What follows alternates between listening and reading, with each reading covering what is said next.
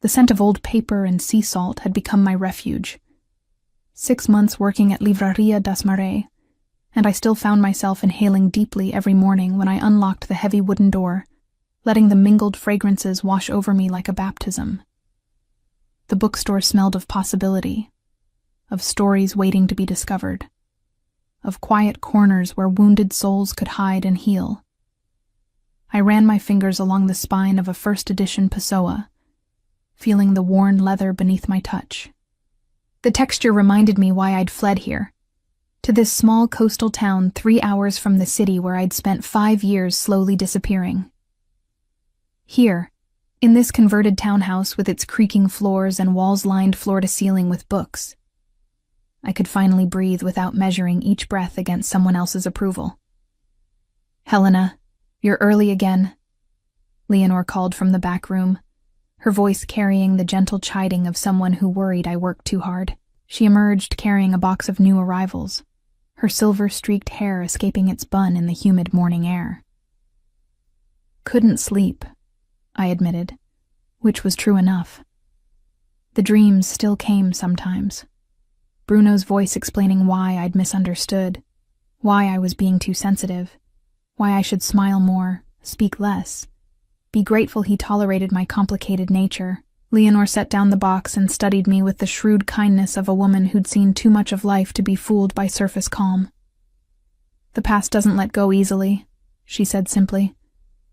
"But every day you're here, you're writing a different story." I nodded, unable to trust my voice. At 28, I sometimes felt ancient, as if those 5 years with Bruno had aged me in ways that couldn't be counted in calendar time. Other days, I felt newborn, learning to walk in a world where my opinions mattered, where silence wasn't safer than speech. The morning passed in the comfortable rhythm I'd grown to love. I helped Carlos Pires, a retired professor who came every Tuesday seeking philosophy texts. I recommended a poetry collection to a young woman whose eyes held the same bruised wariness I recognized from my mirror. I organized the new arrivals, losing myself in the meditative work of categorizing stories, creating order from chaos. It was just past noon when the bell above the door chimed, and a man entered who seemed to carry a different quality of air around him. I looked up from the register where I was processing Carlos's purchase, and found myself meeting dark eyes that held an unexpected patience. He was tall, perhaps 34 or 35, dressed in the kind of casual elegance that spoke of wealth worn lightly. Linen shirt, well-fitted trousers, leather shoes that had molded to his feet through wear rather than newness. His hair was dark with threads of silver at the temples, and his face held the kind of quiet authority that didn't need to announce itself. "I'm looking for first editions," he said, his voice low and unhurried.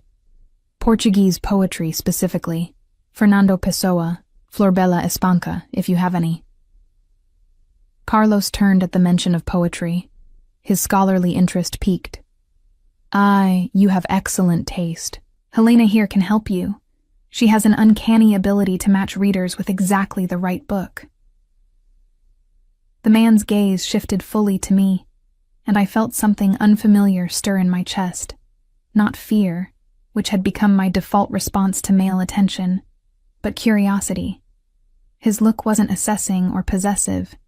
It was simply attentive.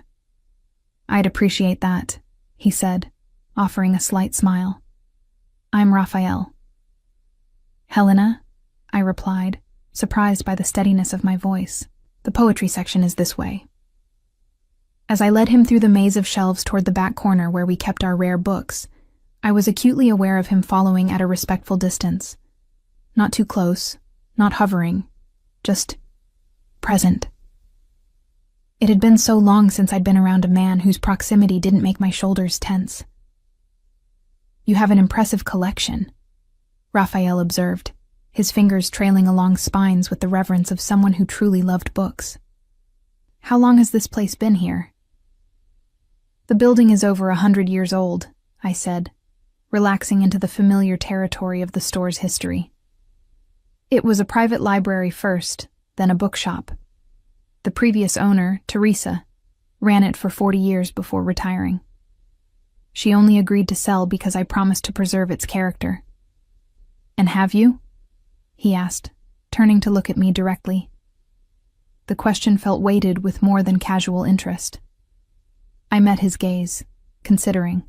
I'm trying.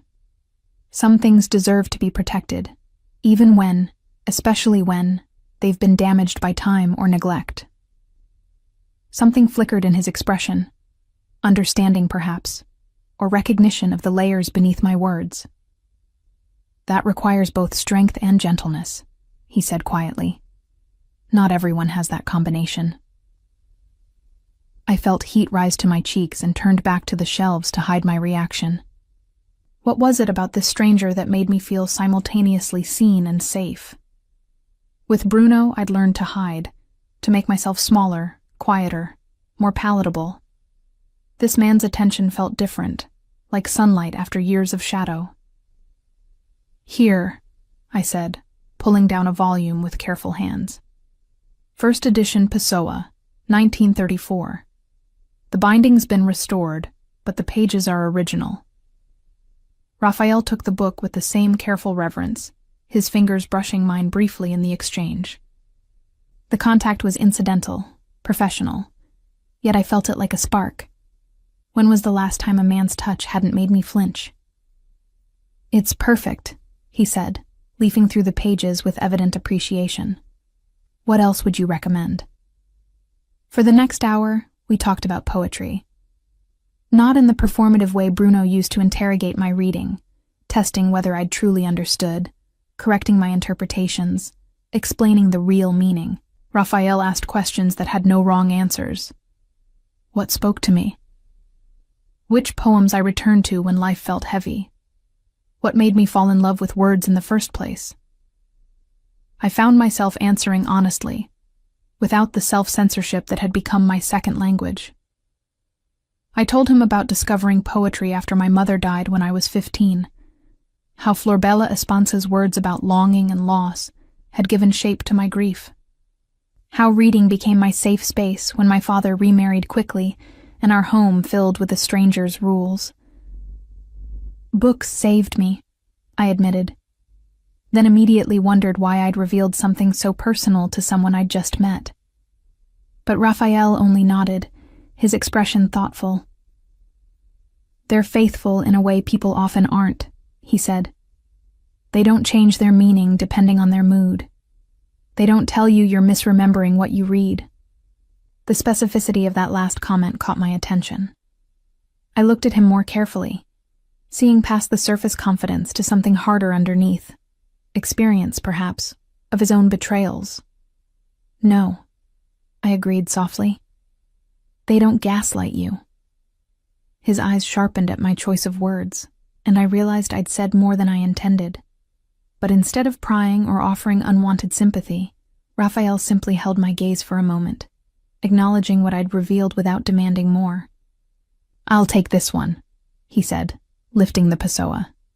And I'd like to come back, if that's all right, to see what else you'd recommend. Of course, I said, professional warmth replacing the intimacy that had crept into our conversation. We're open Tuesday through Saturday, 10 to 6. As I rang up his purchase, wrapping the book carefully in brown paper, Raphael pulled out a business card. I own a hotel chain, he explained. Boutique properties, mostly along the coast. I'm developing a new location about 20 minutes from here, trying to create spaces that feel like sanctuaries rather than just places to sleep. I took the card, reading, Raphael Moniz, Moniz Hospitality Group. The address was in Lisbon, but there was a local phone number as well. If you ever want to discuss creating a small library for the hotel, he continued, I'd value your expertise. The guests I want to attract are the kind who travel with books. It was a professional offer, nothing more. Yet something in the way he presented it felt like an invitation to continue our conversation beyond these walls. Not a demand, not pressure. Just an open door I could choose to walk through or not. I'll think about it, I said, which was more than I'd have said even a month ago. Raphael smiled, and it transformed his face from quietly handsome to genuinely warm. I hope you will. Thank you, Helena. For the book and for the conversation. After he left, I stood holding his business card, feeling something I hadn't felt in years. Interested. Not infatuated. Not swept away, just curious about another human being in a way that felt clean and uncomplicated. Leonore appeared from the back, where she'd tactfully given us space. Well, she said, one eyebrow raised. That was unexpected. It was just a customer, I protested weakly. A customer who looked at you like you were rare edition poetry, and he was a careful reader. She patted my shoulder. There's nothing wrong with being seen, Helena. Not when the person looking has gentle eyes. That night, in my small apartment above the bookstore, I sat on my balcony overlooking the ocean and thought about Raphael's question. What made me fall in love with words in the first place? The answer, I realized, was that words had never lied to me. When Bruno said, "I love you," what he meant was, "I love controlling you." When he said, "I'm just trying to help," what he meant was, "I'm trying to make you doubt yourself." When he said, "You're too sensitive," what he meant was, "Your feelings are inconvenient." But when Pessoa wrote about the plurality of being, he meant exactly that. When Espansa wrote about the ache of unfulfilled longing, she meant that ache in all its specificity. Words on a page told the truth. People, or at least the person I'd loved, had not. The ocean whispered against the shore, rhythmic and patient. I'd chosen this town for its distance from my old life, but I'd stayed for this sound, for the reminder that some forces were too vast to be controlled, too ancient to be manipulated. The sea didn't care about my trauma or my healing. It simply continued, indifferent and eternal. My phone buzzed with a text from Joanna, my friend who'd helped me plan my escape from Bruno. "How's the hermit life?" It read, followed by a string of book emojis. "Peaceful," I typed back. "Met an interesting customer today." The 3 dots appeared then. "Interesting how? Details, please." I smiled despite myself. Joanna had been furious on my behalf when I'd finally confessed how small Bruno had made me feel. She'd helped me pack in secret, had lied to Bruno about my whereabouts when he called her demanding answers. She'd been ready to hate any man who looked at me twice. "Just interesting," I wrote. "He likes poetry. Asked good questions." Good questions is code for didn't mansplain. Progress. She wasn't wrong. The bar for male behavior had become so low in my mind that basic respect felt revolutionary. But Raphael had offered something more than absence of harm. He'd offered genuine curiosity. He'd listened more than he'd spoken. He'd let silences breathe instead of filling them with his own importance. Still, I cautioned myself, one pleasant conversation didn't erase 5 years of learning that charm was often manipulation's pretty mask. Bruno had been charming too in the beginning. Attentive. Interested in my thoughts. It was only gradually that his interest had curdled into control, his attention into surveillance. I tucked Raphael's card into my journal, neither throwing it away nor acting on it. Liminal space felt safer than commitment. Even commitment to something as simple as a phone call about hotel libraries. The next few days passed in their gentle rhythm. I opened the store, helped customers, closed up each evening. Carlos came for his Tuesday philosophy, and we discussed Kant over tea in the reading nook. A young couple bought a collection of love poetry, their hands intertwined, their futures bright with untested promises.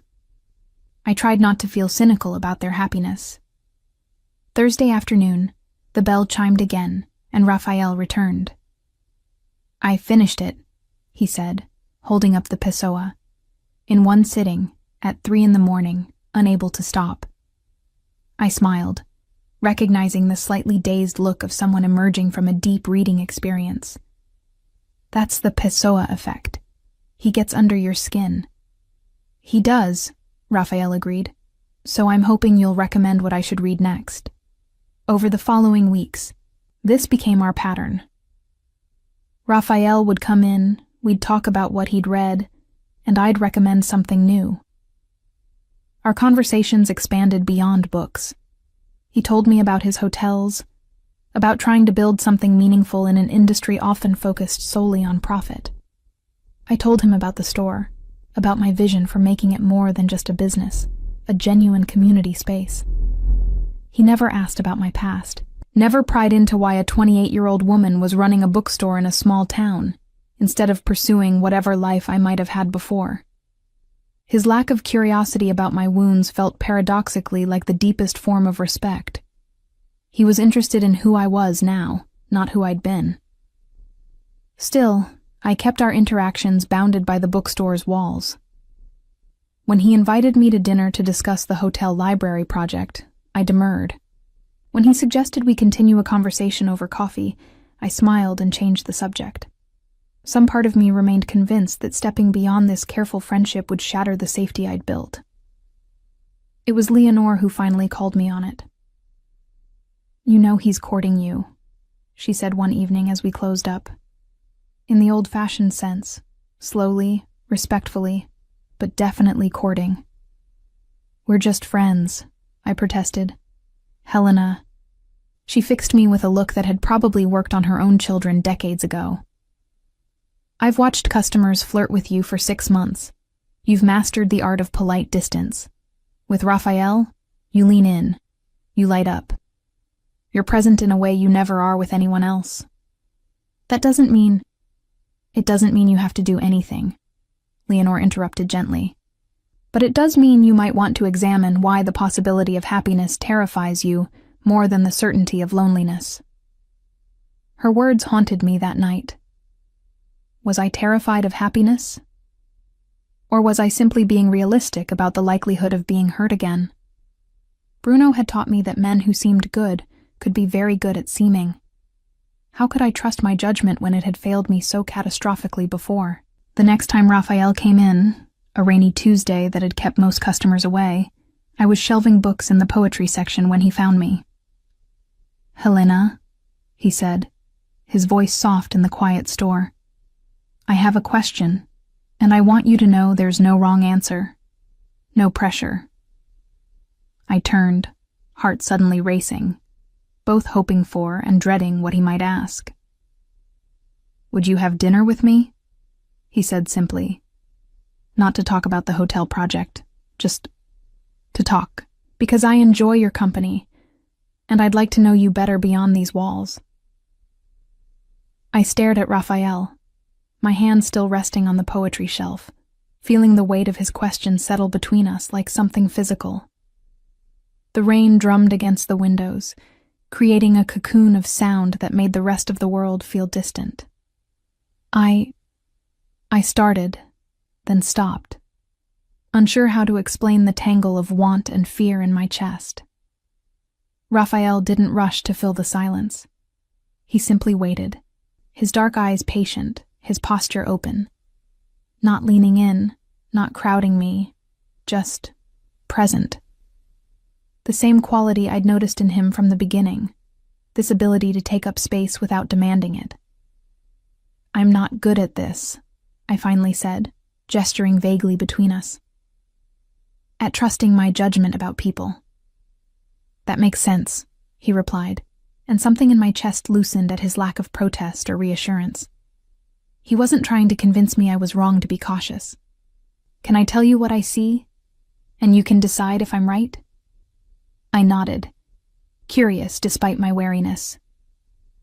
"I see someone who's been hurt by someone who made her doubt herself," Raphael said quietly.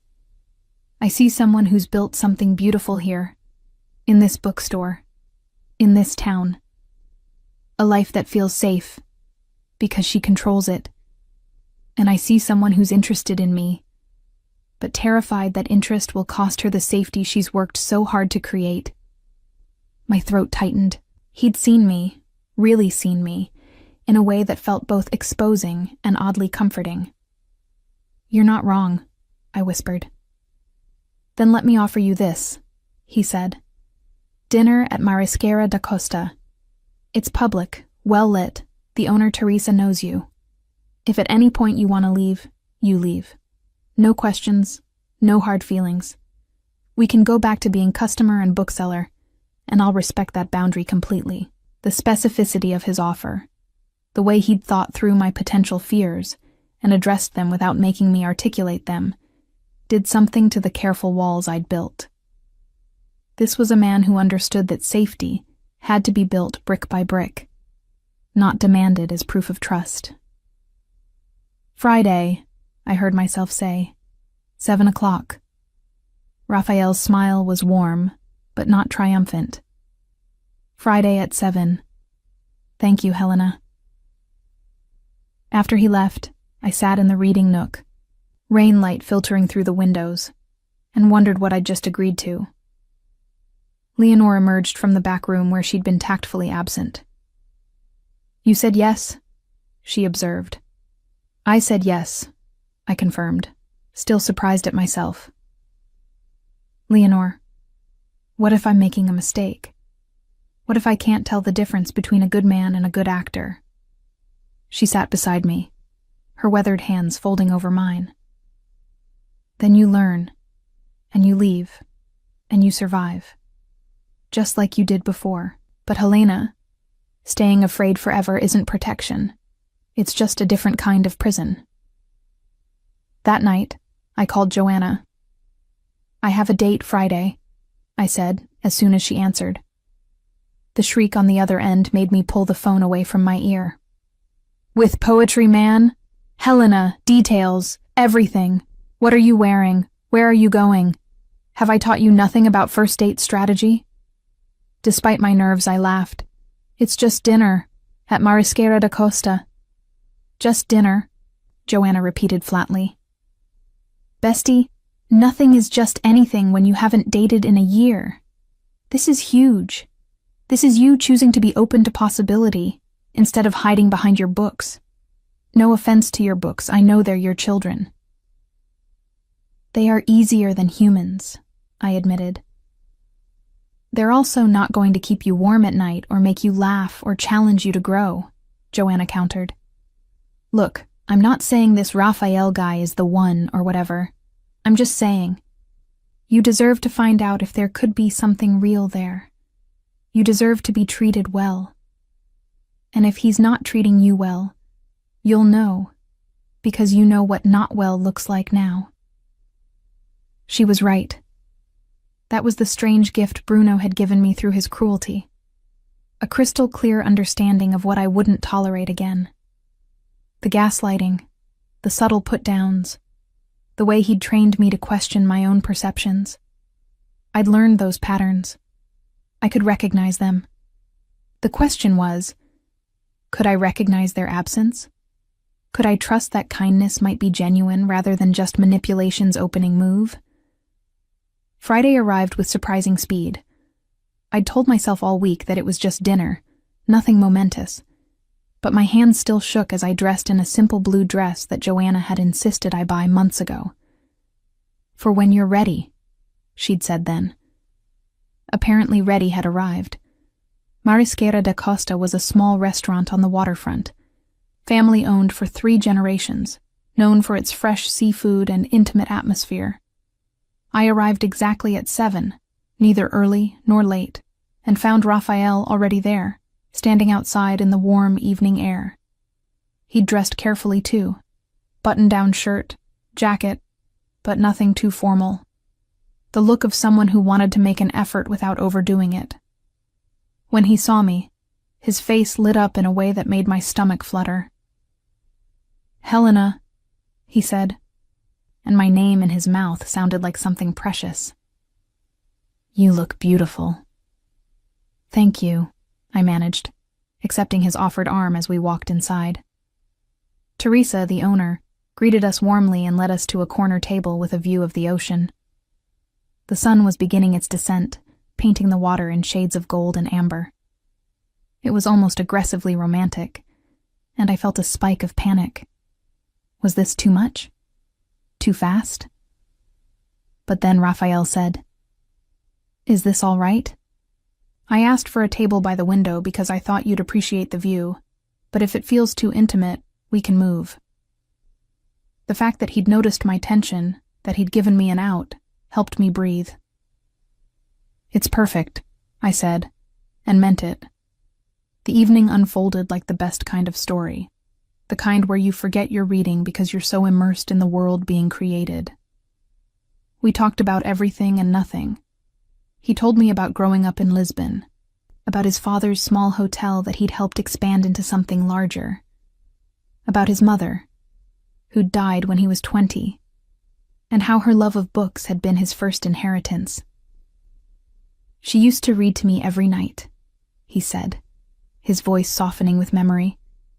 Even when I was far too old for bedtime stories, poetry, novels, plays, she believed stories were how we learned to be human. She sounds wonderful, I said.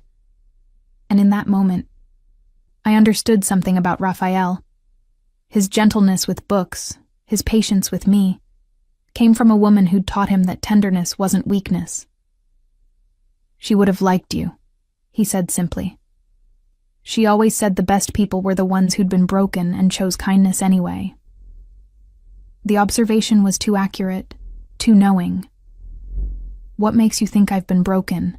I asked, trying to keep my voice light. Raphael met my gaze steadily. Because I have been too, and I recognize the particular way you hold yourself, like you're ready to disappear if the world becomes too sharp around the edges. I set down my wine glass, hands trembling slightly. I was with someone, I said, the words emerging before I could stop them. For 5 years. He was. He made me feel like I was always wrong. About everything. My thoughts, my feelings, my memories. By the end, I didn't trust myself at all. What was his name? Raphael asked quietly. Bruno. Even saying it felt like summoning a ghost. Bruno Salazar. Something flickered across Raphael's face. Recognition, maybe, or something darker. I know that name, he said carefully. He's a lawyer in Lisbon, isn't he? Corporate litigation? My stomach dropped. You know him? I've met him, Raphael said, his voice taking on an edge I hadn't heard before. At business functions. He paused, choosing his words. He has a reputation for being charming and absolutely ruthless. People either love him or are terrified of him. I was both, I whispered. For a long time, I thought love and fear were supposed to exist together. That being scared of disappointing someone meant you really cared about them. Raphael reached across the table, his hand stopping just short of mine. An offer, not a demand. I looked at his hand, strong and steady, and made a choice. I placed my hand in his. Love and fear don't belong together, he said, his thumb tracing gentle circles on my palm. Fear is what lives in the absence of safety. Real love creates safety, not destroys it. We sat like that for a long moment, hands joined across the table while the ocean whispered beyond the windows. I felt something shift inside me, not healing exactly, but the first recognition that healing might be possible. The rest of dinner passed in easier conversation. Raphael told me about his hotel project, about his vision for creating spaces that felt like sanctuaries. I told him about wanting to expand the bookstore's community programs, about hosting writing workshops and poetry readings. You should do it, he said with immediate conviction. The town needs spaces like that, places where people can create, not just consume. It takes money I don't have, I admitted. The store does well enough to survive, but extras. What if I invested? Raphael asked. Not as charity, as a genuine business proposition. Your events could draw people to the area, which benefits my hotel. We could cross-promote. Book lovers who come for your workshops could stay at my property. Hotel guests could attend your events. I studied him, looking for the catch, the hidden cost. But his expression held only genuine interest. I'd want it in writing, I said carefully. Clear terms, proper contracts. I won't be dependent on anyone's goodwill again. Absolutely, he agreed immediately. I'd expect nothing less. Helena, I want to help you build something, not control it. There's a difference. As we left the restaurant, walking slowly along the waterfront, Raphael said, I should tell you something. About Bruno. I tensed. What about him? He's been calling around, Raphael said carefully, asking about you, trying to find out where you went. He called my office 2 weeks ago. My assistant mentioned it because he was insistent, almost aggressive. She didn't tell him anything, but the night air suddenly felt cold. He's looking for me? It seems that way. Raphael's voice was gentle but serious. I don't want to frighten you, but I thought you should know. Has he tried to contact you directly? Not in 6 months, I said, hugging myself against a chill that had nothing to do with temperature. I changed my number, blocked him on everything. I thought he'd moved on. Men like Bruno don't move on, Raphael said quietly. They view people as possessions, and he's apparently decided you were stolen rather than escaped. We reached my building, the converted space above the bookstore that had become my sanctuary. I turned to Raphael, fear and gratitude warring in my chest. Thank you, I said, for telling me, for not making me feel paranoid for being scared. You're not paranoid, he said firmly. You're cautious. There's a difference. He hesitated, then added, Helena, I don't want to overstep, but I have resources. Security resources. If Bruno does find you, if he tries to approach you, I can help keep you safe. The offer was both comforting and terrifying. I don't want to need protection, I said. I don't want to be the woman who needs to be saved. You're not, Raphael said, his voice fierce. You saved yourself. You left him. You built a new life. You're doing the hard work of healing. Accepting help when a genuine threat exists isn't weakness. It's wisdom. I looked up at him, this man who'd appeared in my life like a character from one of my beloved books. Too good, too understanding, too perfectly timed. Part of me still waited for the reveal, for the moment when the mask would slip and I'd see another Bruno underneath. But another part, smaller, braver, wounded but not dead, whispered that maybe, just maybe, this was what genuine goodness looked like. Maybe I could trust this. I had a good time tonight, I said softly. I'd like to do it again. Raphael's smile could have lit the dark street. So would I. How about next Friday? Or sooner if you'd like. I'm flexible. Next Friday, I agreed, needing the space to process everything. The date, the revelation about Bruno, the unfamiliar feeling of hope blooming in my chest like something fragile and new. He kissed my cheek, brief, chaste, respectful, and waited until I was safely inside before walking away. I watched from my window as he got into his car, and only then let myself acknowledge the full scope of what I was feeling. Terrified and excited in equal measure, like standing at the edge of something vast and unknown. That night, I lay in bed listening to the ocean and thought about Leonore's words. Staying afraid forever isn't protection. It's just a different kind of prison. I'd escaped Bruno's cage. I couldn't let fear build another one. My phone buzzed with a text from Raphael. Thank you for trusting me enough to say yes. Sleep well, Helena. I stared at the message, at the absence of demands or expectations, at the simple expression of gratitude. Then I typed back, thank you for making it easy to say yes. Good night, Raphael. Small steps. That's how you walked back into the world after someone had convinced you that you didn't deserve to occupy space in it. Small steps, taken with someone who was willing to walk at your pace. But even as I drifted toward sleep, I couldn't quite shake the shadow that had fallen over the evening's end. Bruno was looking for me. After 6 months of silence, he was actively trying to find me. The question was, what would he do when he succeeded? The call came on a Tuesday morning, 2 weeks after my first date with Raphael. I was organizing the new arrivals when my phone rang with an unknown number. Something in my gut twisted. A premonition. Or maybe just the paranoia that Bruno had trained into me. Livraria das Mares, this is Helena, I answered, keeping my voice professionally neutral. Helena. His voice, so familiar it made my skin crawl. I've been looking for you. My hand tightened around the phone. Bruno. After 6 months of silence, his voice in my ear felt like a violation, like he'd somehow breached the sanctuary I'd built.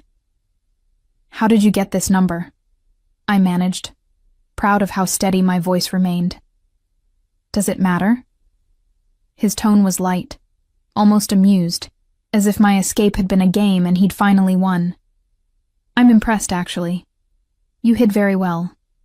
New town, new number, cash-only apartment rental so I couldn't trace credit cards. Very thorough. The casual way he catalogued my precautions made my blood run cold. He'd been actively hunting me, peeling back the layers of safety I'd constructed. What do you want, Bruno? I asked, moving toward the back room where Leonore couldn't overhear. What I've always wanted. You. Us. Helena. We need to talk about what happened, about why you left. You were confused, overwhelmed. I understand that now, but we can work through it. I forgive you. The audacity of it. His forgiveness, as if I were the one who'd done something wrong, sparked anger through my fear. This was classic Bruno, rewriting history, positioning himself as the victim, offering grace I'd never asked for. There's nothing to work through, I said firmly. I left because you made me feel worthless, because I finally realized that the person I'd become with you, silent, scared, constantly apologizing, wasn't who I wanted to be. See, this is what I'm talking about. His voice took on that patient, explanatory tone I knew so well. You've constructed this narrative where I'm the villain and you're the victim. But Helena, everything I did was because I loved you. I wanted you to be better, stronger. My criticism was meant to help you grow. I closed my eyes, recognizing the manipulation even as part of me, the part he'd trained so well, wanted to believe him, wanted to think that maybe I had been too sensitive, too quick to take offense. But then I thought of Raphael, of how his attention felt like sunlight instead of surveillance, of how he'd listened to my opinions without correcting them, how he'd noticed my fears without exploiting them. No, I said clearly. Love doesn't diminish. It doesn't convince you that your thoughts are wrong or your feelings are invalid. What you did wasn't love, Bruno. It was control. The silence on the other end stretched long enough that I thought he might have hung up. Then, is there someone else? Is that what this is about? This isn't about anyone else, I said, though I felt a flash of fear for Raphael. This is about me choosing myself for the first time in 5 years. Helena. His voice dropped, taking on the dangerous edge I remembered from arguments that had left me shaking. I've invested 5 years in us. I shaped you, helped you become someone worth knowing. You don't get to just throw that away because you had a moment of doubt. The possessiveness in his words, the implication that I was his creation, his project, made something snap inside me. I'm not throwing anything away, I said, my voice stronger than I'd ever managed with him before. I'm reclaiming myself. And I need you to stop looking for me. Stop calling me. Stop trying to pull me back into a relationship that nearly destroyed me. You're being dramatic, he said dismissively. You always did have a flair for the theatrical. Listen, I'm coming to see you. We'll talk in person. Sort this out like adults. I'll be there Friday evening. No. The word came out sharp, final. Don't come here, Bruno. I don't want to see you. It's not a negotiation, Helena. We're going to talk, and you're going to listen. I'll see you Friday. He hung up before I could respond, leaving me standing in the back room, phone clutched in my trembling hand. The walls I'd built, the safety I'd created, suddenly felt paper thin. Bruno had found me. He was coming, and he'd chosen Friday, the night of my second date with Raphael. I called Raphael immediately, my fingers fumbling with the phone. He answered on the second ring, his voice warm. Helena, I was just thinking about you. Bruno called, I said without preamble. He knows where I am. He's coming Friday night. The warmth in his voice evaporated, replaced by sharp focus. Are you safe right now? Are you at the store? Yes, I'm here. Leonor's in the front. But Raphael, he said he's coming to sort things out. He made it sound like I don't have a choice. You always have a choice, Raphael said firmly. Helena, listen to me. You don't have to face him alone. You don't have to face him at all if you don't want to. I don't want to, I whispered. But I also don't want to spend my life hiding from him. I can't let fear control me anymore. That's just trading his cage for another one. Raphael was quiet for a moment. Then we face him together. Not because you need me to protect you, but because no one should have to confront their abuser alone. Will you let me be there with you? The offer was framed so carefully. Not rescue, but support. Not taking over, but standing beside. Yes, I said. I'd like that. Good. Now let's make a plan. Public place, witnesses, clear boundaries. We control the narrative, not him. Over the next few days, we prepared. Raphael suggested we meet Bruno at a cafe on the town square. Neutral ground, populated, with clear exits. He'd be there with me, not as my protector, but as my partner, someone who could bear witness to whatever Bruno said. Joanna called every night, coaching me through possible conversations. Remember, she'd say, you don't owe him explanations. You don't owe him closure. You don't owe him anything except clear boundaries and enforcement of them. Thursday night, Raphael came to my apartment for the first time.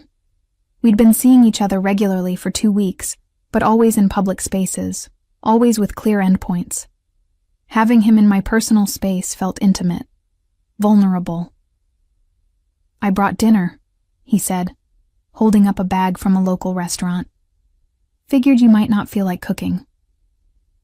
We ate on my small balcony, the ocean providing its constant soundtrack. Raphael didn't push for conversation, seemed content to simply be present while I worked through my anxiety in silence. Finally, I said, Tell me about when you were broken. You said you'd been hurt too. Raphael set down his fork, his expression growing distant. Her name was Katerina. We were engaged, planning a wedding. I thought we were building a future together. Then I discovered she'd been feeding information about my business to a competitor, using me to undermine my own company. That's horrible, I breathed. The worst part wasn't the betrayal, he said slowly. It was realizing I'd ignored signs because I wanted to believe in the fairy tale. She'd drop comments about my boring attention to ethics, about how I could make more money if I were willing to bend rules. I thought she was just more ambitious than me. Turns out she was more corrupt. How did you move past it? I asked, slowly. He smiled without humor. Therapy, time, learning that my judgment wasn't fundamentally broken. I just trusted someone who was very good at lying. And eventually, I let myself be open again. Not naive, not unguarded, but open. Is that what I am? I asked softly. You being open again? Raphael reached across the small table, taking my hand. You're what happens when someone who's learned to be careful meets someone worth the risk. Helena, I can't promise I'll never hurt you. I'm human. I'll make mistakes. But I can promise I'll never deliberately make you feel small or wrong or less than. I can promise that your thoughts matter to me, that your feelings are valid, that you have power in whatever this becomes between us. I felt tears prick my eyes. That's all I want. Equality, partnership, someone who sees me as an actual person instead of a project to perfect, or a possession to control. Then that's what we build, he said simply. Friday arrived with golden sunshine that felt like mockery of my internal weather. I dressed carefully, jeans and a simple blouse, nothing that could be construed as dressing up for Bruno. Raphael picked me up at 6, and we walked to Café Atlantico together, our hands linked.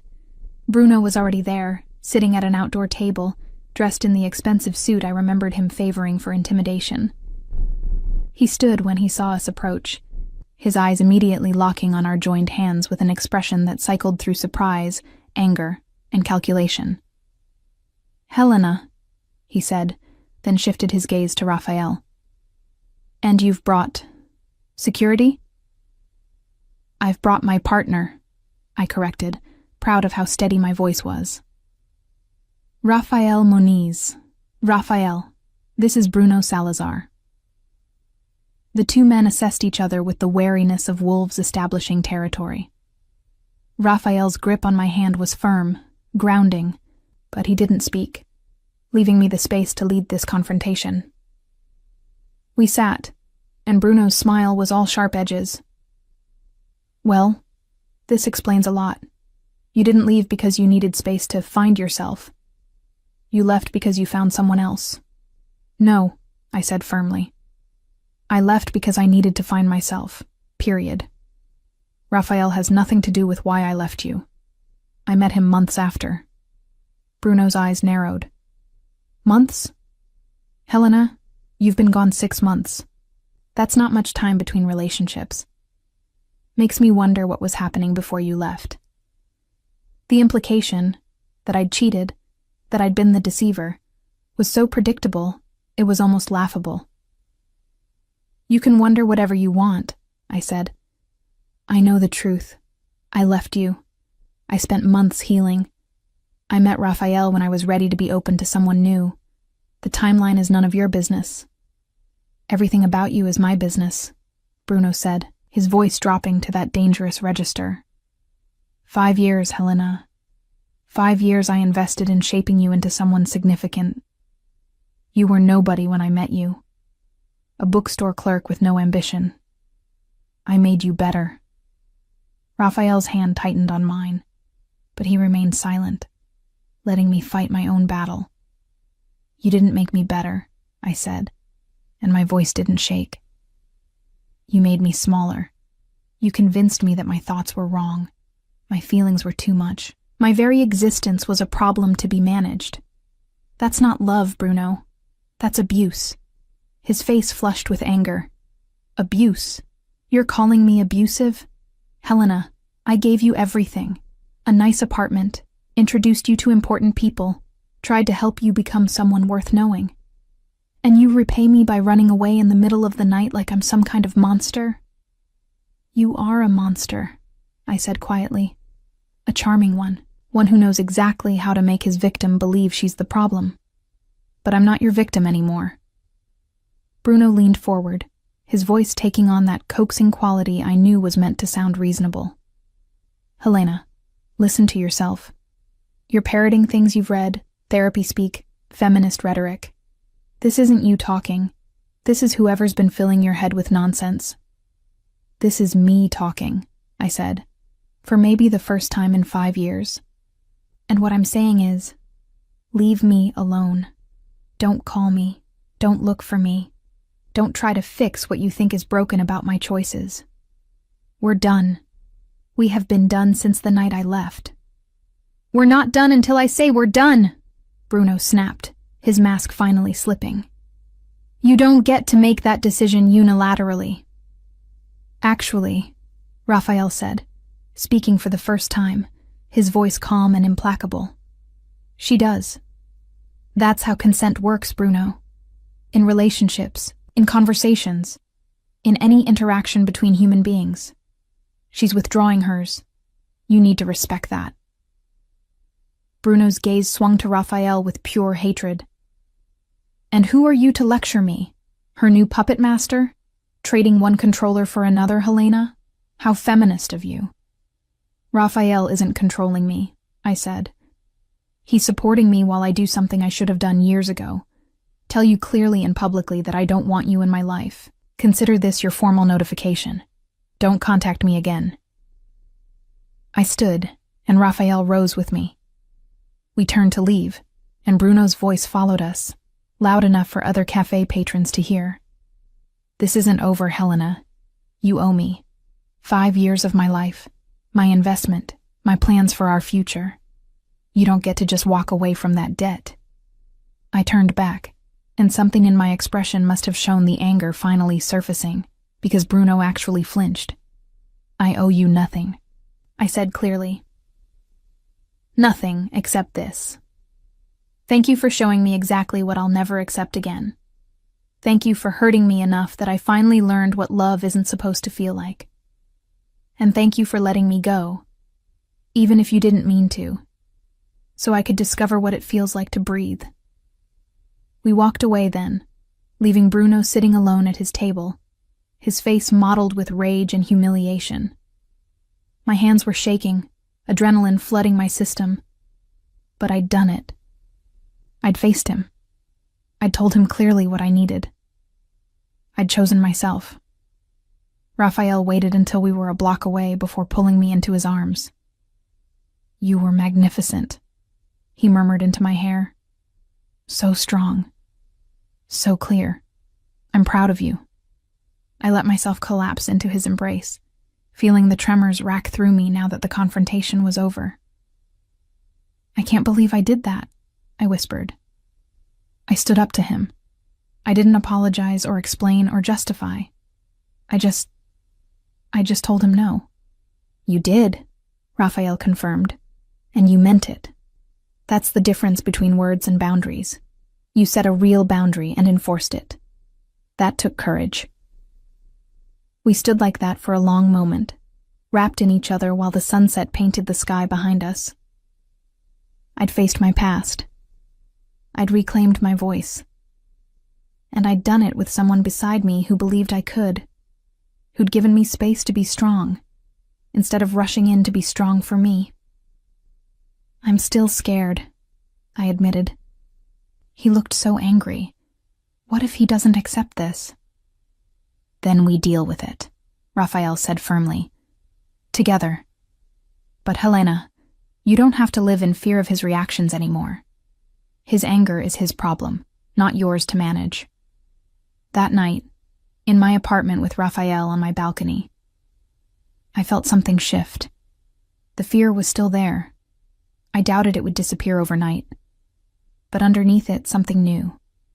Pride, self-respect, the beginning of belief that maybe, just maybe, I deserved the kind of love that Raphael was offering, the kind that made me bigger instead of smaller.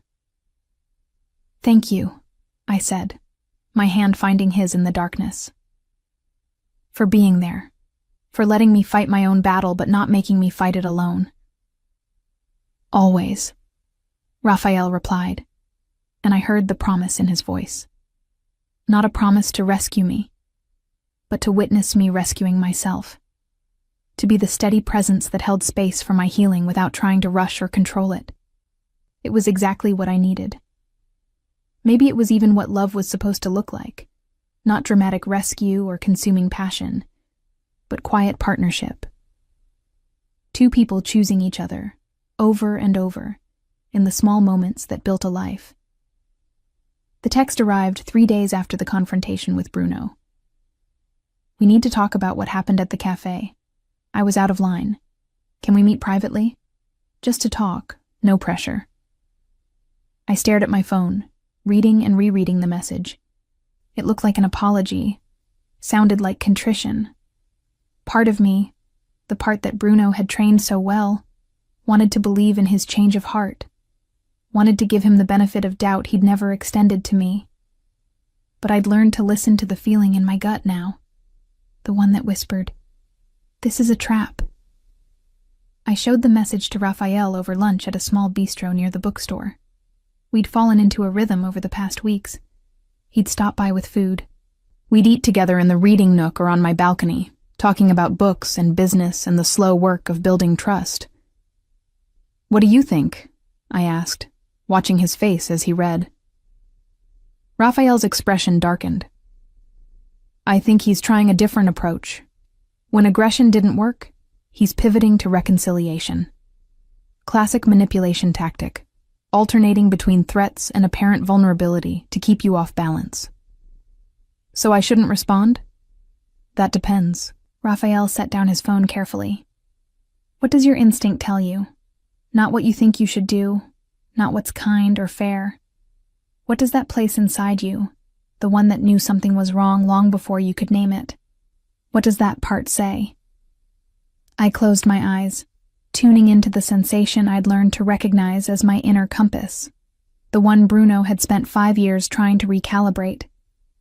It says this is manipulation, that if I meet him alone, he'll try to convince me I overreacted, that I'm being unfair, that I owe him a chance to explain. And part of me will want to believe him, because I spent so long believing everything he said. "Then don't meet him," Raphael said simply. "Helena, you don't owe him anything. Not your time, not your emotional labor, not the opportunity to confuse you again." I looked at this man across from me, at his patient eyes and gentle hands, and felt a rush of gratitude so intense it ached. "How are you so good at this?" I asked. "At knowing what I need before I know it myself?" Raphael smiled, but it was tinged with old pain. "Because I've had my own trauma work. I know what it feels like to have someone weaponize your kindness against you, to make you doubt your reality. After Katerina, I spent 2 years in therapy, learning to trust my instincts again. I'm just sharing what I learned. The honesty of it, his willingness to admit his own wounds, his own healing journey, made something loosen in my chest. We were both survivors of different betrayals, both learning to build something new from the wreckage. I'm not going to respond, I decided. If he really wanted to apologize, he could do it via text. The insistence on meeting privately is about control, not contrition. "Good," Raphael said, then hesitated. "Helena, I want to tell you something about Bruno." My stomach tightened. "What about him?" "I had someone look into his activities. Not invasively," he added quickly, seeing my expression. "Just public records, professional reputation. He's had 3 complaints filed against him with the Bar Association in the past 2 years. 2 from former colleagues, 1 from a client. All alleging aggressive behavior, manipulation, and what one complaint called systematic psychological harassment. I felt cold despite the warm afternoon. He's done this to others. It seems that way. The complaints were dismissed due to lack of concrete evidence, but the pattern is clear. Helena, I'm telling you this not to frighten you, but so you understand. His behavior toward you wasn't personal. It's who he is. Some people are broken in ways that make them break others. That night, alone in my apartment, I thought about what Raphael had said. For so long, I'd wondered what I'd done wrong, what flaws in me had provoked Bruno's cruelty. But if he treated others the same way, if this was his pattern, rather than my failing, the realization was both liberating and sad. I hadn't caused his abuse. I'd simply been there, vulnerable and kind, and he'd exploited that, just as he'd exploit any opening, any weakness. It was what he did. The next morning, I found a package outside the bookstore door. My name was written in Bruno's distinctive handwriting on the plain brown paper. My hands shook as I carried it inside, feeling like it might detonate. Leonore appeared from the back, took one look at my face and said, "What is it?" "From Bruno," I said, setting it on the counter like it might bite. "Don't open it alone," she advised. Call Raphael. He arrived within 20 minutes, still wearing his business suit from whatever meeting he'd left. Together, we carefully unwrapped the package while Leonore watched from a safe distance. Inside was a leather-bound journal, expensive, beautiful, exactly the kind of thing I would have loved. And on the first page, in Bruno's handwriting, "For all the words you never said to me, maybe if you'd communicated better, we wouldn't be here." The casual cruelty of it, the way he'd turned even his apology attempt into another accusation, made rage flash through me so intensely I nearly threw the journal across the room. "He's still doing it," I said, my voice shaking.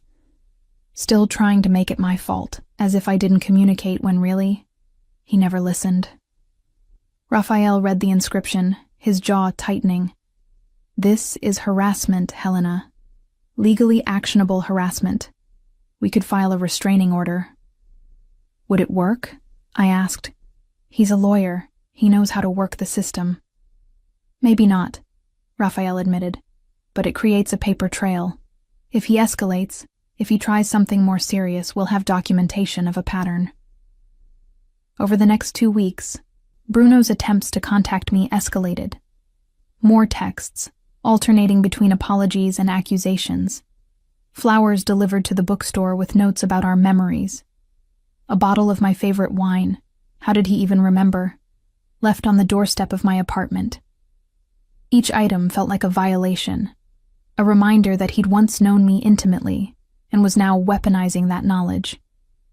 I started looking over my shoulder constantly, jumping at unexpected sounds, struggling to sleep. Raphael noticed, of course. "You're exhausted," he said one evening, finding me trying to work through anxiety by organizing inventory at midnight. "This isn't sustainable." "I don't know what else to do," I admitted, sinking onto the floor among the boxes of books. I told him no. I set boundaries. I'm doing everything right, and he won't stop. Raphael sat beside me, pulling me into his arms. Then we escalate our response. We file the restraining order.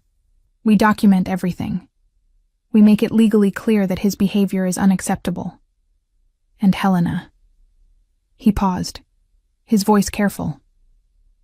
"I want you to consider staying with me for a while. Just until this settles down." I pulled back to look at him. "Move in with you?" "Temporarily," he clarified. "My house has better security than your apartment, and honestly, I'd sleep better knowing you weren't alone while he's being this persistent." The offer was tempting, but terrifying. Living with Raphael, even temporarily, felt like a huge step, one that could either deepen what we were building or complicate it beyond repair. "I need to think about it," I said.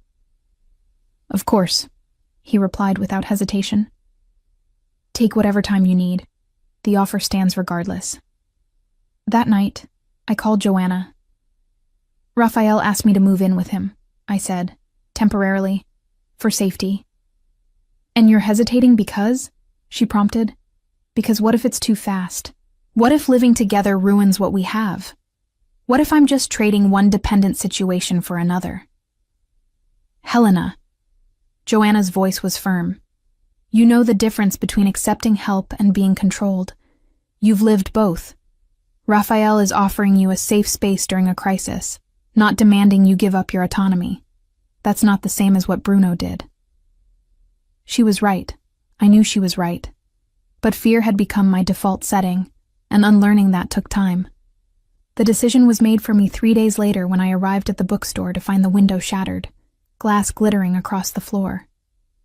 Spray painted on the brick wall above were words that made my blood run cold.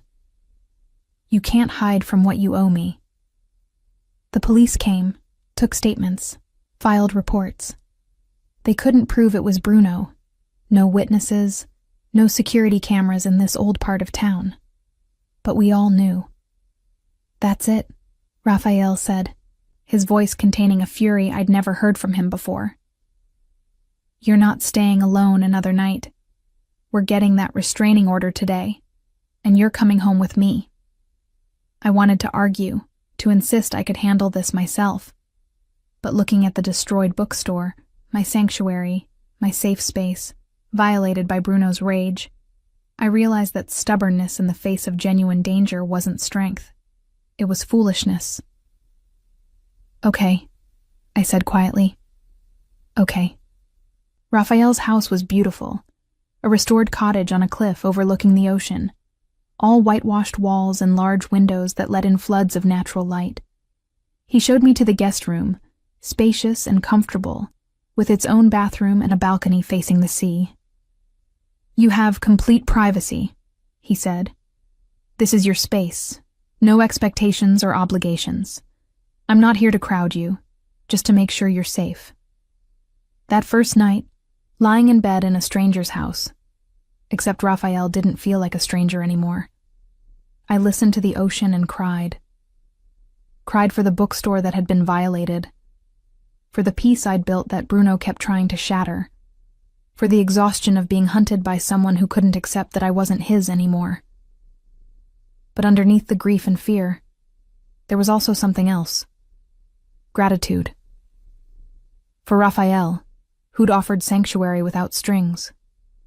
For Leonore, who'd promised the bookstore would be repaired and beautiful again.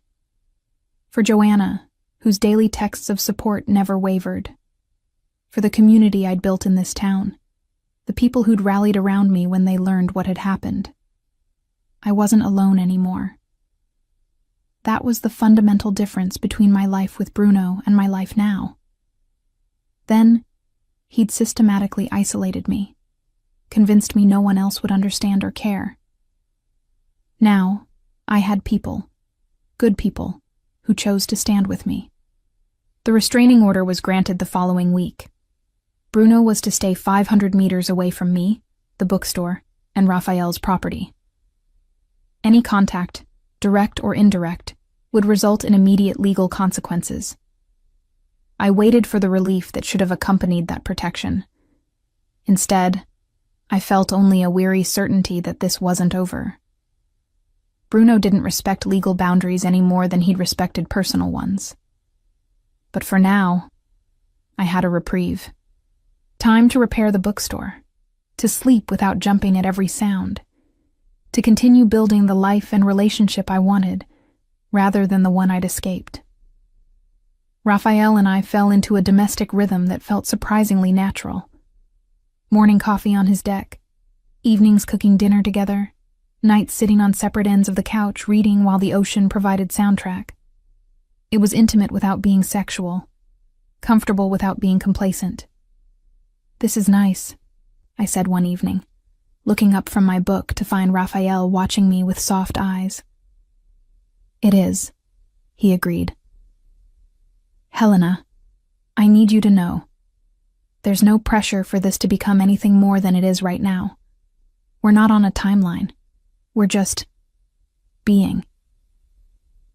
The permission to exist in the moment, without rushing toward some predetermined endpoint, was another gift. With Bruno, everything had been a test, a performance, a step in his grand plan for our future. With Raphael, we were simply two people choosing each other, day by day, with no demands beyond presence and honesty. "I'm falling for you," I admitted, the words surprising me as much as they probably surprised him. Not the desperate, clinging way I loved Bruno. This feels different. Calmer. Safer. Like coming home instead of being swept away. Raphael set down his book and moved to sit beside me, taking my hand. "I'm falling for you too," he said simply. "And you're right. It feels different, because we're building something together rather than one person imposing their vision on the other. That's what partnership looks like." We kissed then, slow and sweet, and it felt like sealing a promise. Not forever, necessarily, but for now. For the foreseeable future. For as long as we kept choosing each other. Later that night, lying in my guest room with the sound of Raphael moving around his own bedroom down the hall, I thought about how far I'd come. 6 months ago, I'd been a woman fleeing in the night, terrified and uncertain. Now I was a woman building a life, facing her fears, opening her heart again despite the risk. Bruno had tried to make me small. Instead, through the strange alchemy of healing and love and community support, I'd discovered I was bigger than I'd ever imagined. Strong enough to face my abuser, brave enough to risk intimacy again, whole enough to know the difference between rescue and partnership. Tomorrow I'd return to the bookstore, now repaired with a new security system installed. I'd continue the work I loved, building the community I cherished. I'd see Raphael in the evening, and we'd continue the slow dance of building trust. And if Bruno tried to interfere again, I'd face that too, because I wasn't alone anymore, and I wasn't afraid. The restraining order held for exactly 3 weeks. Then Bruno found a loophole. He couldn't contact me directly, but apparently nothing prevented him from contacting the bookstore's landlord, my suppliers, even some of my regular customers, all with the same story about how I'd had a breakdown, how I wasn't mentally stable, how people should be concerned about my well-being. "Mrs. Torres just called," Leonore said, her face troubled. "She wanted to know if you were getting help, because someone told her you'd been hospitalized for psychiatric issues. Helena, this is getting out of hand." I sat down hard in the reading nook, feeling the walls close in again. Bruno couldn't attack me directly, so he was attacking my reputation, my livelihood, my place in the community I'd built. It was brilliant and cruel, exactly his style. "We need to fight this," Raphael said when I called him. "Defamation, slander, harassment through third parties. My lawyers can add this to the restraining order violation complaint." But I knew how this would go. Legal proceedings took time, and in the meantime, Bruno would continue poisoning the well. Already I'd noticed some customers treating me with extra gentleness, the kind reserved for the fragile or unwell. I need to address this publicly, I decided. Host an event at the bookstore, invite the community, tell the truth. Not the details, those are mine, but enough that people understand I left an abusive relationship, and my ex is now harassing me. Raphael was quiet for a moment. "That's brave," he said finally, "and risky. It makes you vulnerable." "I'm already vulnerable," I countered. "At least this way, I control the narrative instead of letting Bruno write it for me." The following Saturday, I hosted what I called a community conversation at the bookstore. Nearly 50 people showed up: customers, neighbors, other business owners. I stood before them, my hands shaking but my voice steady. "Thank you for coming," I began. "I want to address some rumors that have been circulating about me. 6 months ago, I left an abusive relationship. My ex-partner, Bruno Salazar, has been unable to accept that decision. He's been harassing me, in ways that recently have included spreading false information about my mental health to people in this community. I saw recognition and sympathy on many faces, anger on others directed at the situation rather than at me. I'm telling you this not for pity, but for truth. Because I've learned that secrets give abusers power, and sunlight is the best disinfectant. Bruno is attempting to isolate me by damaging my reputation and relationships. I'm asking you not to let him succeed. If anyone contacts you with concerns about my well-being, please refer them to me directly. And please know, I'm not fragile. I'm not broken. I'm a survivor, and I'm rebuilding my life here in this community that I love." The response was overwhelming. People came forward with stories of their own. Partners who wouldn't let go, exes who'd stalked them, relationships that had left scars. I realized I wasn't just fighting for myself anymore. I was fighting for everyone who'd ever been made to feel small by someone who claimed to love them. Carlos, my Tuesday philosophy customer, stood up. "I have a question," he said, his retired professor's voice carrying authority. "What can we as a community do to support you?" I hadn't expected that. Believe me, I said simply. If you hear stories about me, ask me about them. Don't assume the worst. And if anyone sees or hears from Bruno, please let me know immediately. Knowledge is protection. Teresa, the restaurant owner, raised her hand. We're a small town. Word gets around fast. I think we should make it known that Bruno Salazar isn't welcome in our establishments. Business owners can refuse service, and we should. A murmur of agreement rippled through the crowd. I felt tears prick my eyes at this unexpected solidarity, this community choosing to protect one of their own. After the event, as I was cleaning up, Raphael found me in the back room crying over a stack of sympathy cards people had left. Hey, he said softly, pulling me into his arms. Those are happy tears, I hope. I don't know what they are, I admitted.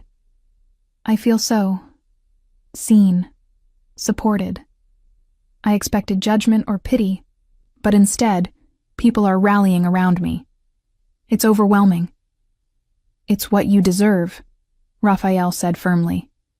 Helena, you've built something real here. These people care about you because you've cared about them. You've created a space of warmth and welcome. Of course, they want to protect that. That night, at Raphael's house where I was still staying, we sat on his deck watching the sunset. I'd been living there for nearly a month, and the temporary arrangement had started to feel permanent in a way that both comforted and scared me. I need to talk about what happens next, I said. With us, I mean. Raphael turned to face me, his expression open and patient. Okay. I can't stay in your guest room forever, I began. At some point, I need to reclaim my independence, my own space. But Raphael, I also don't want to leave. Being here with you has felt right, like home in a way nowhere else has. Then stay, he said simply. Not as my guest, but as my partner. Move your things into my room, our room. Make this house as much yours as mine. No timeline, no pressure, just choosing to build a life together. What if Bruno escalates? I asked. What if staying with you puts you in danger too? Raphael's laugh was sharp. Helena, Bruno isn't dangerous to me.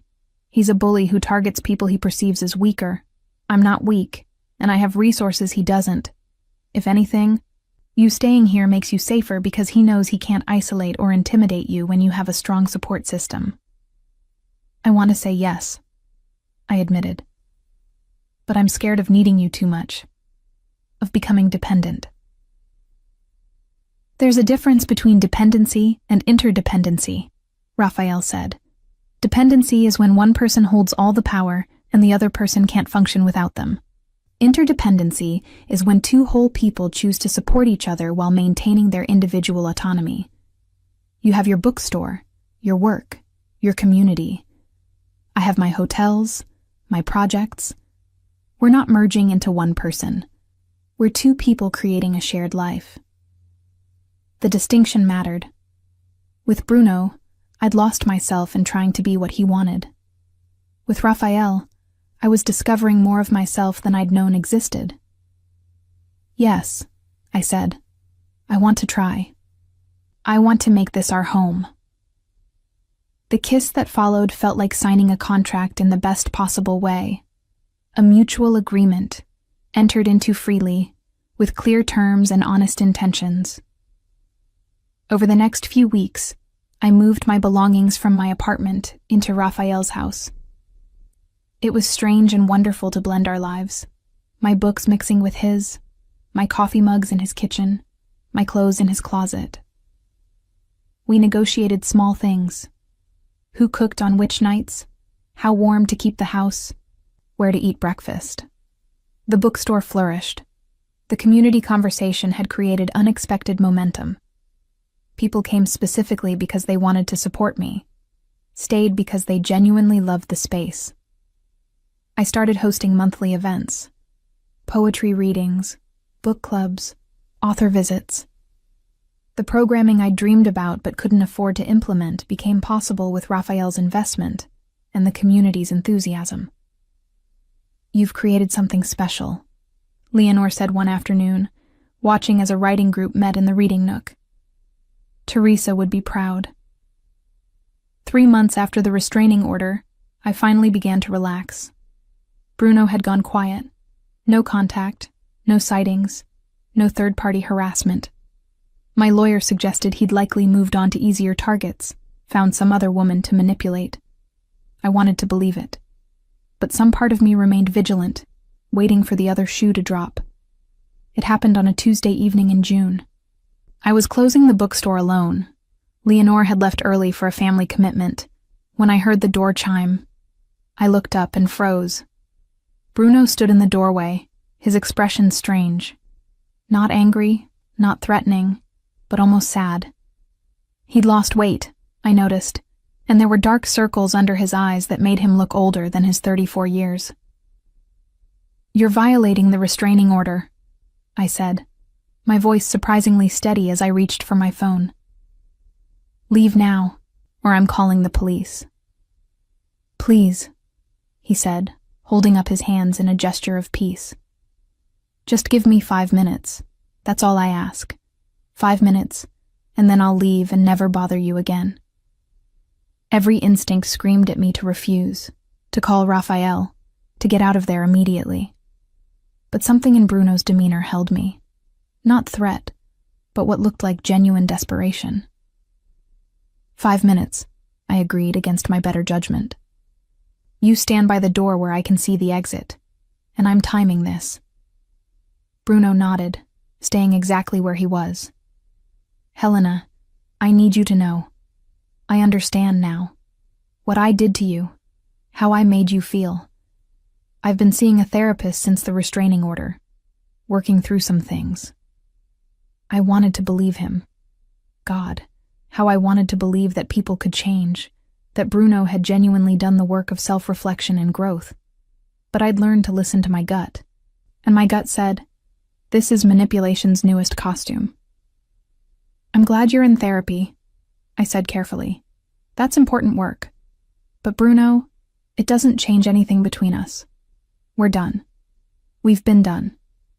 Your growth journey, if it's genuine, is for you, not for us." "I know that," he said quickly.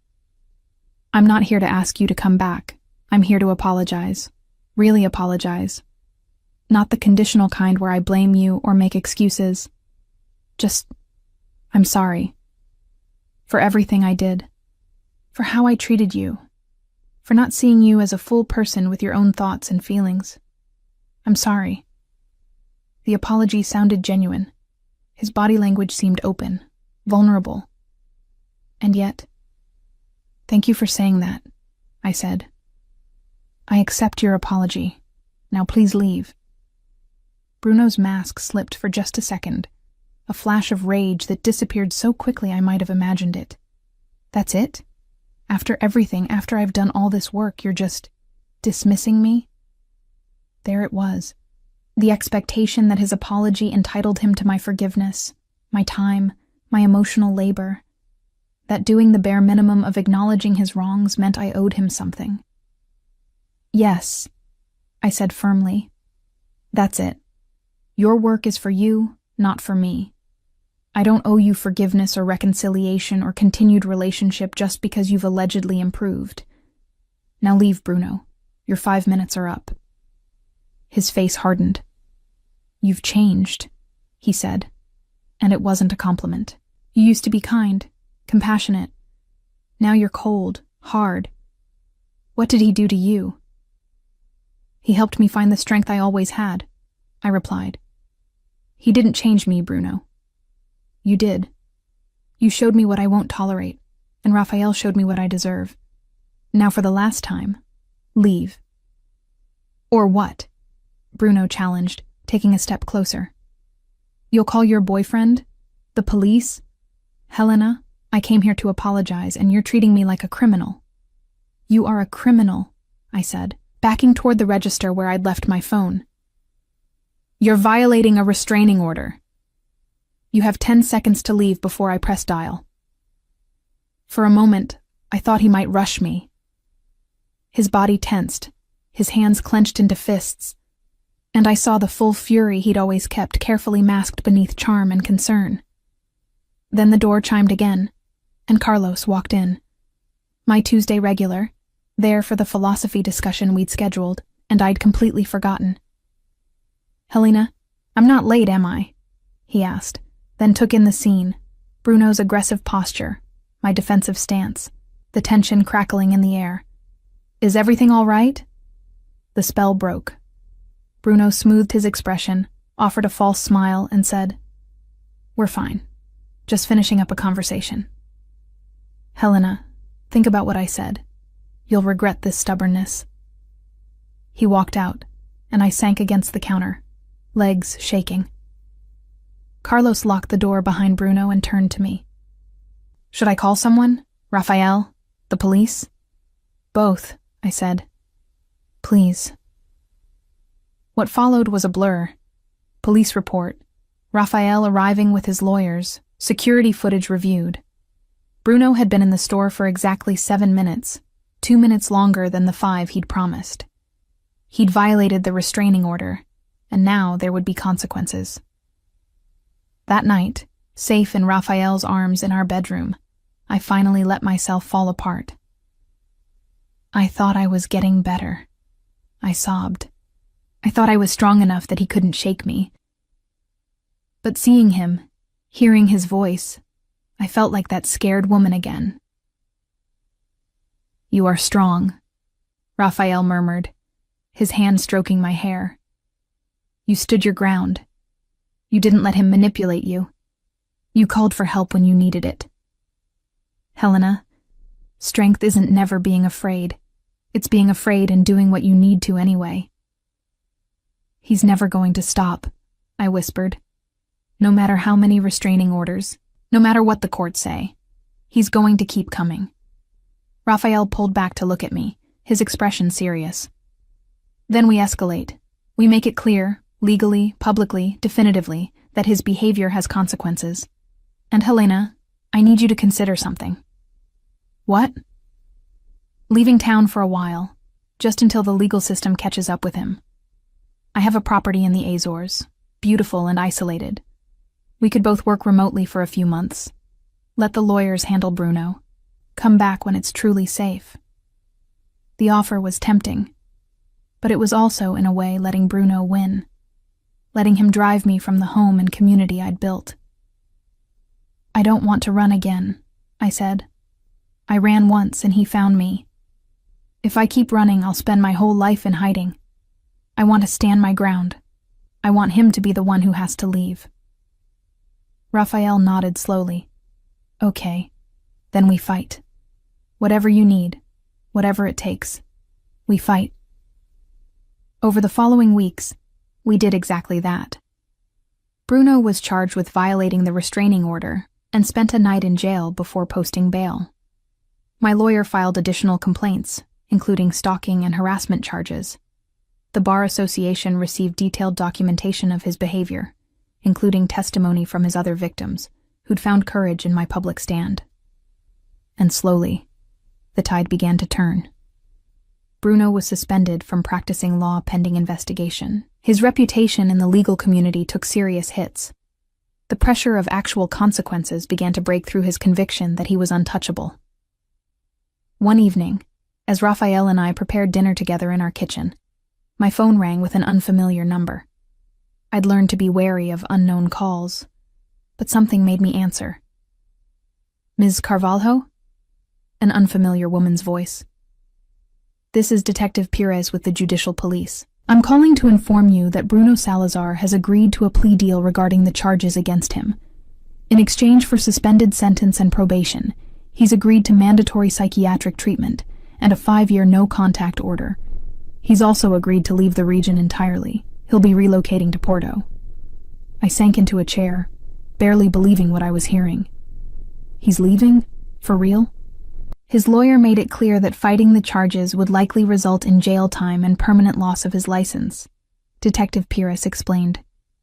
This was his best option for salvaging any future career. Ms. Carvalho, I want you to know what you did, speaking publicly about the abuse, documenting everything, standing firm. It mattered. You created a record that made prosecution possible. After I hung up, Raphael found me crying at the kitchen table. What happened? He asked, immediately concerned. He's leaving, I said through tears. Bruno's moving to Porto.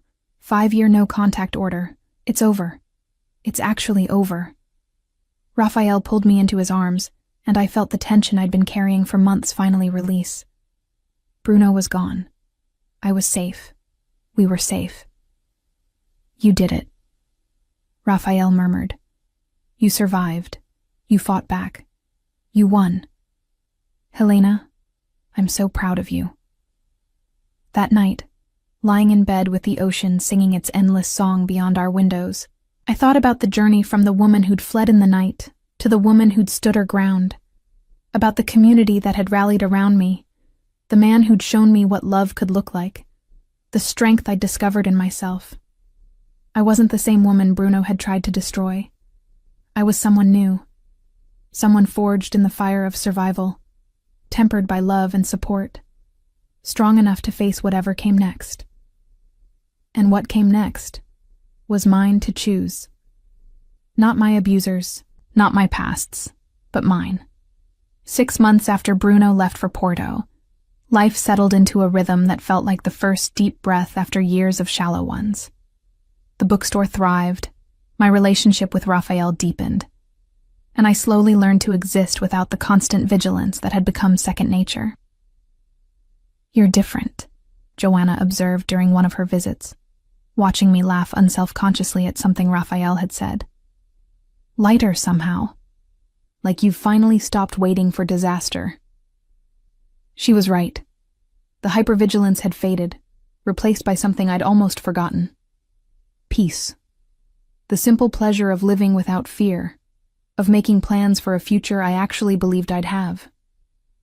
Raphael and I had been talking about expanding the bookstore model, creating similar community spaces in other coastal towns, places where books and conversation could weave together. It was a shared dream, the kind that emerged from long conversations on our deck, from seeing what we'd built together and imagining its potential. I have something I want to show you, Raphael said one Saturday morning, his eyes bright with barely contained excitement. A surprise. I'd learned to trust his surprises. They were never manipulative or controlling, just thoughtful gestures that showed how well he'd come to know me. Show me, I said, intrigued. He drove us along the coast to a neighboring town, about 30 minutes north. As we pulled up to a large, beautiful building overlooking the ocean, my breath caught. It was clearly an old hotel, probably from the early 20th century, with that classic Portuguese architecture I loved. Azulejo tiles, wrought iron balconies, large windows designed to capture the sea views. It's been abandoned for 15 years, Raphael explained as we got out of the car. The owner finally agreed to sell. Helena, I bought it for us. For our dream. I turned to stare at him. You bought a hotel? Not just a hotel, he said, taking my hand and leading me to the entrance. A literary inn. Ground floor is a bookstore, bigger than your current one, with space for events, readings, workshops. The upper floors are guest rooms, each one themed after a different author. Pessoa, Saramago, Espansa. People can come for weekend retreats, immerse themselves in literature and ocean air. As he unlocked the door and we stepped inside, I could see it. The potential beneath the dust and disrepair. The grand reading room that could host events. The nooks perfect for quiet reading. The balconies where guests could sit with coffee and books. It would be ours, Raphael continued. Equal partners in both ownership and operation. You'd have complete creative control over the literary side. I'd handle the hospitality logistics. Helena, this could be something really special.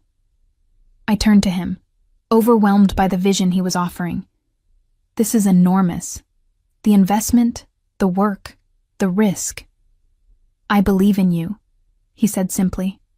I believe in us, and I believe in what we can create together.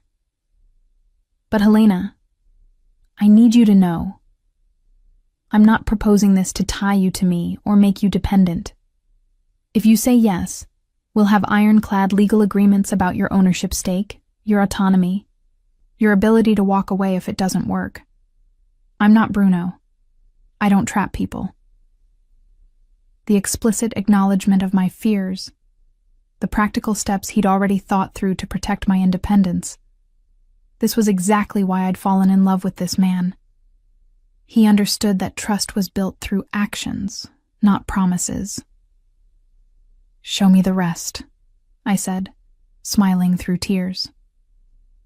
We spent hours exploring the building, Raphael pointing out possibilities while I cataloged the spaces in my mind. This room for poetry readings, that corner for a children's section, these balconies for intimate book discussions with the ocean as backdrop. There's one more thing, Raphael said as we stood on the top floor, looking out at the endless blue of sea-meeting sky. I wanted to show you this first, to make sure you loved it. Because if you do, if you say yes to the inn. He turned to face me, and I saw nervousness in his expression for the first time since I'd known him. If you say yes to the inn, I want to ask if you'll say yes to something else too. He pulled a small box from his pocket, and my heart began to race. Helena Carvalho, he said, opening it to reveal a simple gold band with a small emerald. My birthstone, I realized, not a diamond. I'm not asking you to complete me or save me or fix something broken. I'm asking if you want to build a life with someone who sees you, values you, challenges you to grow while supporting exactly who you are. Will you marry me? I looked at the ring, at his face, at the building around us that represented our shared future. And I thought about the journey that had brought me here. The woman who'd fled an abusive relationship, who'd rebuilt herself book by book, who'd learned to trust again despite every reason not to. Yes, I said, the word feeling like freedom rather than confinement. Yes to the inn, yes to the partnership, yes to marriage, yes to all of it. The kiss that followed tasted of salt air and happy tears, and the promise of a future we'd write together. Over the next several months, we threw ourselves into the renovation. I worked mornings at the original bookstore, which Leonor agreed to manage day to day, then spent afternoons at the inn project. Raphael juggled his existing properties while overseeing construction, and somehow we made it work. You're happy, Leonor observed one Tuesday, watching me organize book orders with a lightness that had been absent for so long. Genuinely, deeply happy. It's good to see. I am, I admitted. It's strange, you know. I spent so long just trying to survive, to be okay. I forgot what it felt like to actually thrive. The community rallied around the project, too. Carlos volunteered to lead philosophy discussions at the inn. Teresa offered to cater the opening event. Local artists donated paintings for the guest rooms. What we were building wasn't just a business. It was a community hub, a gathering place for everyone who believed that stories mattered. 3 weeks before the inn's grand opening, I received an unexpected letter. The return address was Porto, and my stomach clenched when I recognized the handwriting. I debated not opening it, but curiosity won out. Inside was a single page, Bruno's familiar scrawl covering it. Helena, I know I have no right to contact you, even via letter, but I'm in treatment now. Real treatment, not the manipulative show I put on before. My therapist suggested I write this, not to send it, but to process my actions. I'm sending it anyway, because you deserve to know. I understand now what I did to you. I systematically destroyed your confidence, isolated you from support, made you doubt your own reality. I did this consciously, methodically, because making you small made me feel powerful. This wasn't love. This was abuse. You were right to leave. You were right to fight back. You were right about everything. I don't expect forgiveness, and I'm not asking for contact. I just wanted you to know. I see it now, and I'm sorry. I hope you found the happiness I tried to steal from you. You deserve it. Bruno. I read it 3 times, looking for hidden barbs or manipulation, but it seemed genuine. Not that it changed anything. Sorry didn't undo trauma, didn't erase years of systematic emotional abuse. But perhaps it offered something. Closure. The knowledge that even Bruno, in whatever limited capacity he was capable of, had finally acknowledged the truth. I showed the letter to Raphael. "What do you think?" I asked. He read it carefully, his expression thoughtful. "I think people can change, sometimes, with real work and consequences. I think Bruno possibly has started to reckon with what he did. But Helena, the important question isn't whether his apology is genuine, it's whether you need it to be. Does this change anything for you?" I considered that. "No," I said finally. "I've already healed from what he did. I've already built a new life. His acknowledgement is for him, not for me. I don't need it, even if it's real." "Then that's your answer," Raphael said, pulling me close. "You've moved beyond him. He's not your story anymore. He's just a chapter you survived. What comes next? That's what matters." The inn's grand opening fell on a perfect October evening, the kind where the last warmth of summer meets the first crispness of autumn. We'd decided to call it Casa das Letras, House of Letters, and the name was painted in elegant script above the entrance. Nearly 200 people came. Friends, customers, community members, even some of Raphael's business associates who'd heard about the project and wanted to support it. The bookstore space glowed with warm lighting, its shelves already filled with carefully curated selections. Upstairs, the guest rooms stood ready, each one a tribute to a Portuguese literary giant. I stood at the entrance, watching people flow in with wonder and excitement, and felt a profound sense of accomplishment. This place, this beautiful space dedicated to stories and community, existed because I'd survived, because I'd chosen to rebuild rather than remain broken. "Speech time," Raphael murmured, appearing at my elbow with a glass of wine. "Ready?" I nodded, taking his hand as we moved to the center of the room. The crowd quieted, faces turning toward us with warmth and anticipation. "Thank you all for coming," I began, my voice steadier than I'd expected. Casa das Letras exists because of this community, your support, your belief, your love of stories. But more personally, it exists because almost 2 years ago, I made a choice to leave a situation that was destroying me. I fled to this coastline believing I needed to hide, to disappear, to make myself small enough that I wouldn't be found. I felt Raphael's hand squeeze mine, encouraging. But this community taught me something different. You taught me that safety isn't found in hiding. It's built through connection, through standing firm, through allowing ourselves to be seen and supported. This building represents that lesson. It's a place where people can come to be themselves, to read and talk and create without fear of judgment. A sanctuary not through isolation, but through community. I paused, looking around at the faces of people who'd stood by me through everything. I also want to thank my partner in every sense, Raphael Moniz, who showed me what love looks like when it's not twisted with control, who believed in me when I barely believed in myself, who helped me build not just this place, but a life worth living. Raphael smiled, his eyes bright, and I continued. So tonight, we're not just opening a literary inn, we're opening a space dedicated to the idea that our stories don't end with our traumas, that we can write new chapters, better ones, chapters filled with connection and creation and joy. Welcome to Casa das Letras. Welcome to the next chapter.